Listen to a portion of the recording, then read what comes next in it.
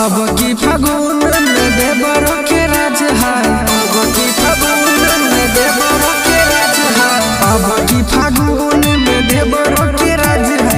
चोली में लगा रंग कौन बात के लाज है,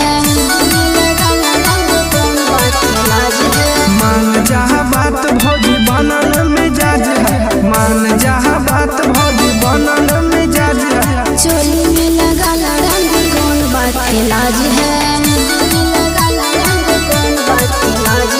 चोली में लगा रंग कौन बात के लाज है, कौन बात के लाज है। चोली में लगा रंग कौन बात के लाज है।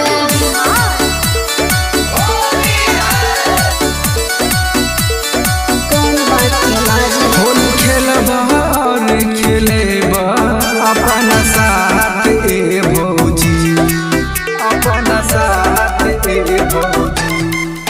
लाल पियर रह गईबा मान बात ए भौजी। रोग पिचकारी भौजी तोहरो पे नाज है, रोग पिचकारी भौजी तोहरो पे नाज है। चोली में लगा रंग कौन बात के लाज है, चोली में लगा रंग कौन बात के लाज है, कौन बात के लाज है। चोली में लगा रंग कौन बात के लाज है।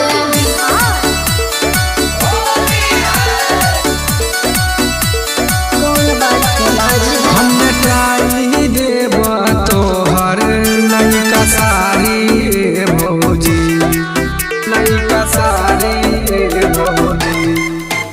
अपन खोलो दहु निचलका केवड़िया ए भौजी। बीज पर संग खेलत मसाज है, बीज पर संग खेलत मसाज है। चोली में लगा रंग कौन बात के लाज है,